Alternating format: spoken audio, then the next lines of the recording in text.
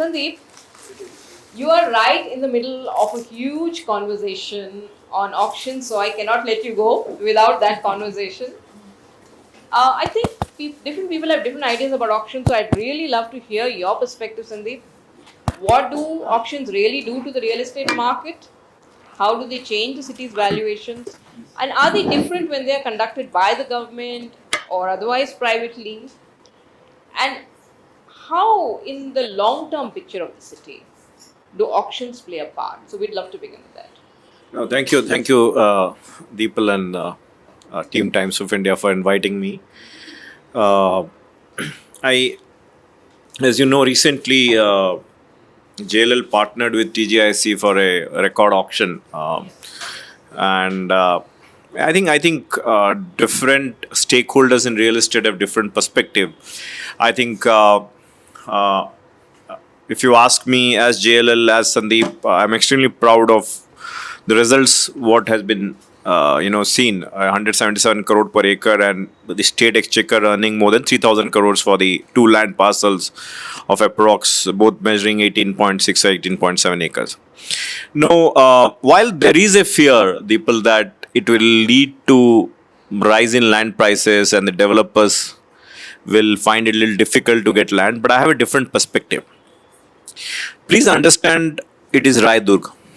And I always believe that every matured city in India should have a Raidurg.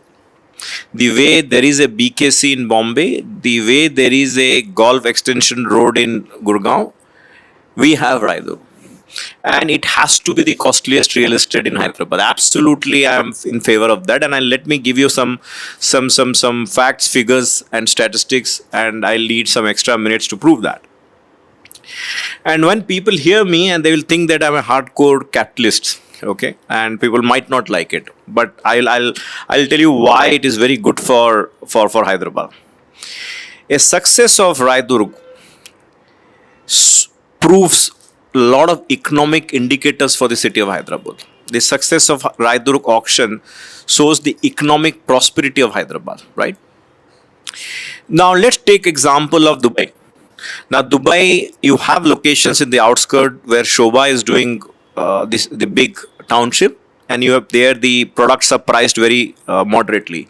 Then you have the product and you have the assets close to Burj Khalifa, which is priced very high.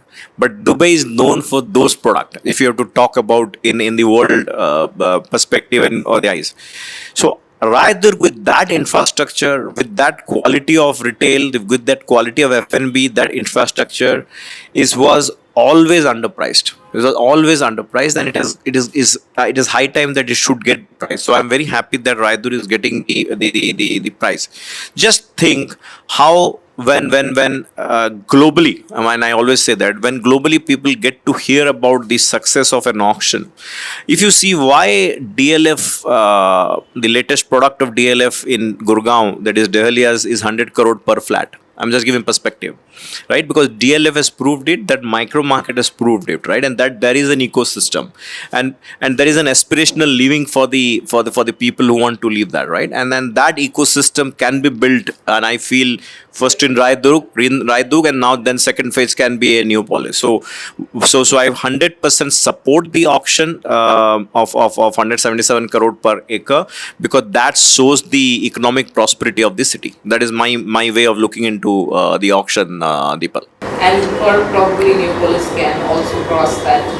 So Neopolis obviously is going to happen, and I'm very confident that it will also be a mega success. And the way the past indicators are, and the way things have been planned in Neopolis in terms of infrastructure, and with the connectivity and all, it is going to be a bumper success. Is my take. And if you say think of next 5 to 10 years, I think it will hands down beat any other location in India, and that is my take. Right. So yeah, very nice. Yeah. So we have been talking about the evergreen city, and how when the regulations are well maintained, people increase the faith and the trust in the city and its real estate. But everybody wants to know, where is the city going? So Sandeep, where is Hyderabad going? Next 5, 10, 20 years, what do you see? And see, I'll ask you, I'll tell you why I'm asking this question. See, we talk in very generic terms about it. Sometimes we suddenly have a new future city. So people are not able to wrap their mind around how the city will progress, irrespective of the different new plans. In your with all your experience, where do you see them? So first of all, and after spending 26 years in Hyderabad, I can tell you with all confidence and being in part of JLL and part of the ecosystem, Hyderabad has reached a maturity level where the city itself, the ecosystem itself will propel itself to grow to the next level, right? Now, I'll give an example. Now, let's talk about Bangalore as a city, right? Now, everyone says that you need a very proactive government, right? For the city to grow, for the state to grow, for the real estate to grow. Now, people keep cribbing about the infrastructure and the road, right, of Bangalore. But in spite of that, out of the 75 million square feet of office space absorbed last year, Jan to December 24, 23 million square feet, almost one third was done in Bangalore, in spite of poor roads, in spite of bad infrastructure, in spite of potholes, in spite of bad governance. Why? Because the city has reached a maturity level where it's propelled itself, right? Similarly, I believe Hyderabad till 2014, 15, 16 is very different than Hyderabad of today, right? So Hyderabad has reached that level where the ecosystem. Now you see how the GCCs are blessing the global capability centers are blessing Hyderabad. Now every week or every once in every 2 weeks you are getting one GCC opening up, right? And why? Because they have fundamentally, the way you're asking with the question, the GCCs have a faith on the long-term future of Hyderabad, right? Now, just because one government change, another government will come, does not shake. So that could have been till 2015, 16 or 17, right? That a government change might create a nervousness, right? And I strongly believe that might be the case in Andhra Pradesh, neighboring state, because it's not reached the level of maturity. But for this state now, a change in government might give you a very short-term blip, but for a long-term perspective, it is very secured. It is I'll say in a way, if not 100%, it is 80% in autopilot mode, right? And this city will grow. It has a great future, and there are many reasons to it. The reasons is that look at perspective. Do you know why NCR keeps growing? Because there are four states: Uttar Pradesh, Punjab, Haryana, and let's say Himachal, and all this. What is the aspiration of a person who is there, normal, common people, that I want to have a real estate in NCR, right? So you are talking of a population of four states who wants to invest in. I fundamentally believe that if not now, in near future, Hyderabad, the way it is growing and the ecosystem and the infrastructure will be the fulcrum for all the people in South India, irrespective whether it is person in Tamilian or a Karnataka or a Kerala and all. I don't see that in any other state, right? It is just a matter of time. The way NCR is the capital city for all the four states, similarly Hyderabad will sooner or later become where all these people from the four states, neighboring states, whether it is Andhra Pradesh or Kerala or Karnataka, they want to have a piece of real estate in Hyderabad, right? So I think I don't even have 1% of iota or doubt that the Hyderabad future for next 5 to 10 years is amazingly strong. Absolutely, yes, there will be some short term blip, but that is part and parcel of real estate cycle. I think best of the cities like New York have seen that blips, but on a long term, 5 to 7 years, it's I think very few cities in India can think of a story what Hyderabad is there. Yeah. And before I go to builders and developers, I would like to ask you, what is your considered view on the whole FSI thing? Does it damage the city in a way to have unlimited FSI or and are people right when they are concerned about how the unlimited FSI make it citizens later become service not as much working? And does it work in favor of the builders and the people? So what is the comprehensive view? I'll give a very rational logic for it. Anyone who lands in the airport, takes the outer ring road and comes to Raidurg High Tech City, and let's suppose it is in the evening time. Once he sees the skyline, he says, "Wow, And this is what has Hyderabad happened in has become in last 7 to 8 years, right? Recently, my friend came from Dubai. He is in Dubai for 22 years. He was coming to Hyderabad the first time. He was mesmerized by seeing the skyline. Why do you think he was mesmerized seeing the Hyderabad skyline when he came from Outer Ring Road from the airport to Raidurg? Is because of the high rise. How did that high rise happen? Because of the unlimited FSI. Let's look at a thing that there was a restricted FSI, and the government would have restricted the buildings to only 15 floors and 18 floors. Do you think that skyline would have looked as wow? Why is Dubai? Is because of that 70-80 rate. So I always say there are goods and bads of every action, but let's look at the idea is very good, unlimited FSI, but it should be done in not across Hyderabad. It should be done in areas and not across. There should be FSI. Point number one. Point number two. Where did we go wrong? We went wrong in executing that. We didn't have proper drainage system. The service roads are narrow. Service roads should have been wider. So you know what? I asked someone from this happened some 4 5 years 6 years back. People say that give this logic that it makes sense for Mumbai to have skyscraper because it's a landlocked city. It does not have a land. But Hyderabad does not make sense to have high-rise towers or unlimited FSI because Hyderabad land is abundance. Now this is something I learned from Malaysia. Malaysia is a much bigger country as compared to Singapore. So in Singapore, as you know, it is a tall towers, and Singapore is all about tall towers, and that gives you that wow feeling, and that gives you the economic prosperity. Tall towers is all about economic prosperity. Now, very simple logic, what they gave is, even if we have unlimited land, we wanted to create the tall towers because tall towers gives you economic prosperity, and tall towers will only come when there is unlimited FSI. But I agree with you, the way it was executed, the civic amenities, the underground drainage system, the service road and all could have been planned better.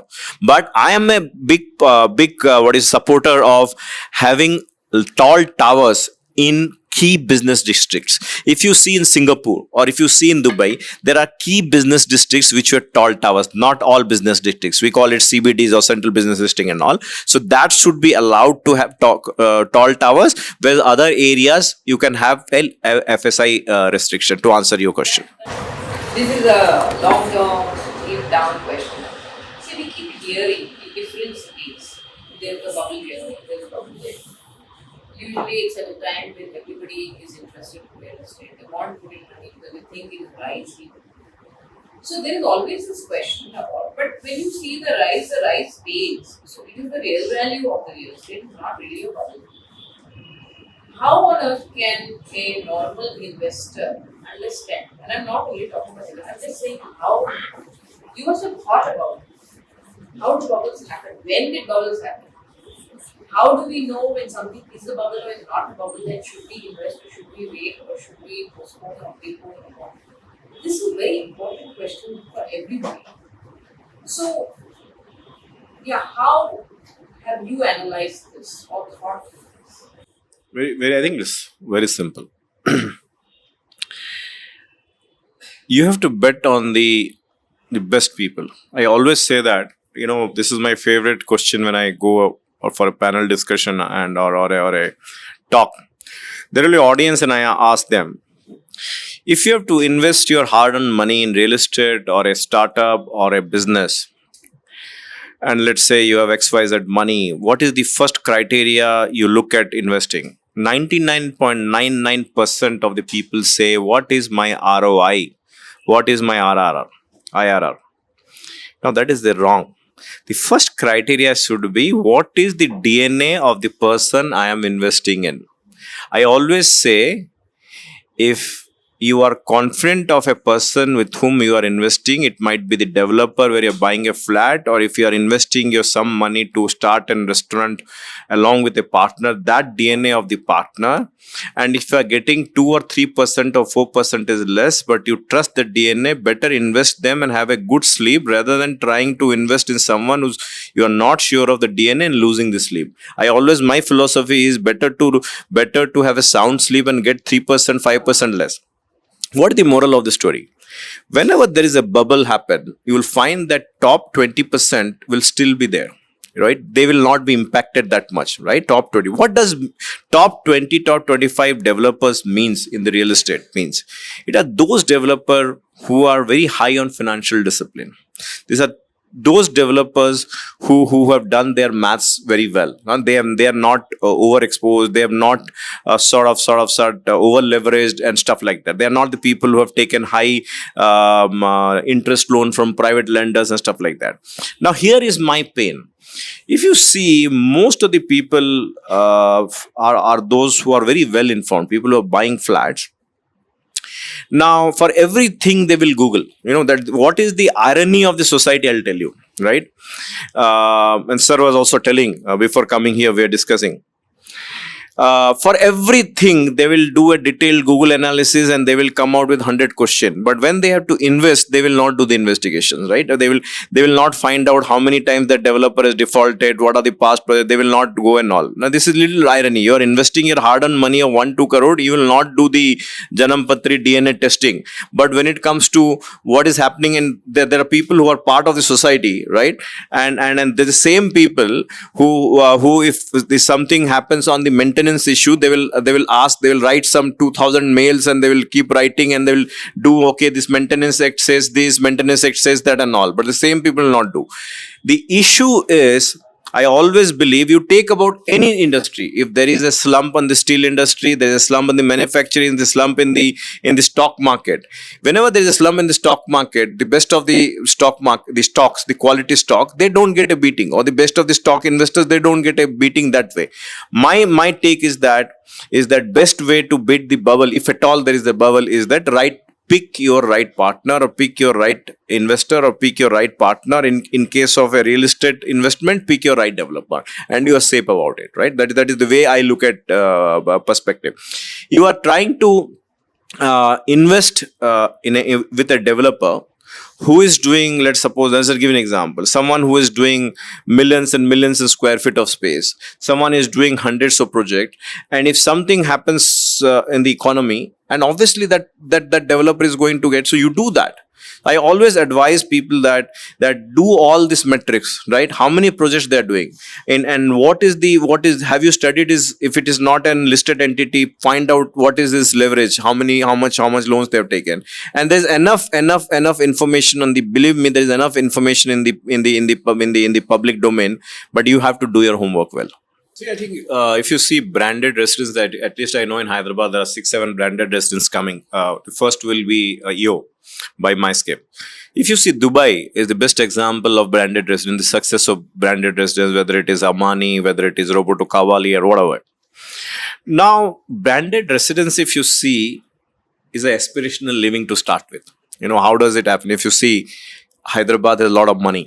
And when you say branded residence, the first thing is convenience comes second in their thought process, that okay, if I go to the branded residence, I'll get this convenience. It is about aspirational living. When they see that it is a branded residence, by, as you know, all these hotels have got into branded residence. Taj into branded residence, Oberoi is into these. Then you have the designer houses, Roberto Cavalli, all this have got into design, and then designer houses have got into. First, it's aspirational living, right? I always say that now India has reached that which the developed countries had reached long back, 10 years back. India is now in that where the aspirational living. Okay, how do you explain that someone who is earning, I'm just giving example, someone who is earning, a driver who is earning 15,000, 20,000 rupees buys a latest iPhone watch? Why? It is an aspirational buy, right? That I own an iPhone. Similarly, India has reached that level, or someone spending 1.5 months of salary to go to Ahmedabad to watch Coldplay's concert. So I have never seen in my journey that in last two, I think it's most of a post-COVID phenomenon, that money spent on aspirational level at a different level, right? I am talking of someone earning 20,000 rupees but spending 1 lakh rupees on an iPhone, on that. Similarly, the aspirational to stay in a branded residence, it is more of a status symbol, more of a prestige issue, more of a fear of missing out. My friend is staying in a branded residence, I need to stay. That is the first catch why they want to stay, and then comes the convenience, right? What Ajitesh is saying is that for his segment, which is 3 bedroom apartment between 1800 to 2300 square feet, this is the upper middle class people and stuff like, and IT employees. He wants to give that convenience without branded residence. He is giving an experiential, he's giving that human experience, which is very different from the branded residence you are talking about.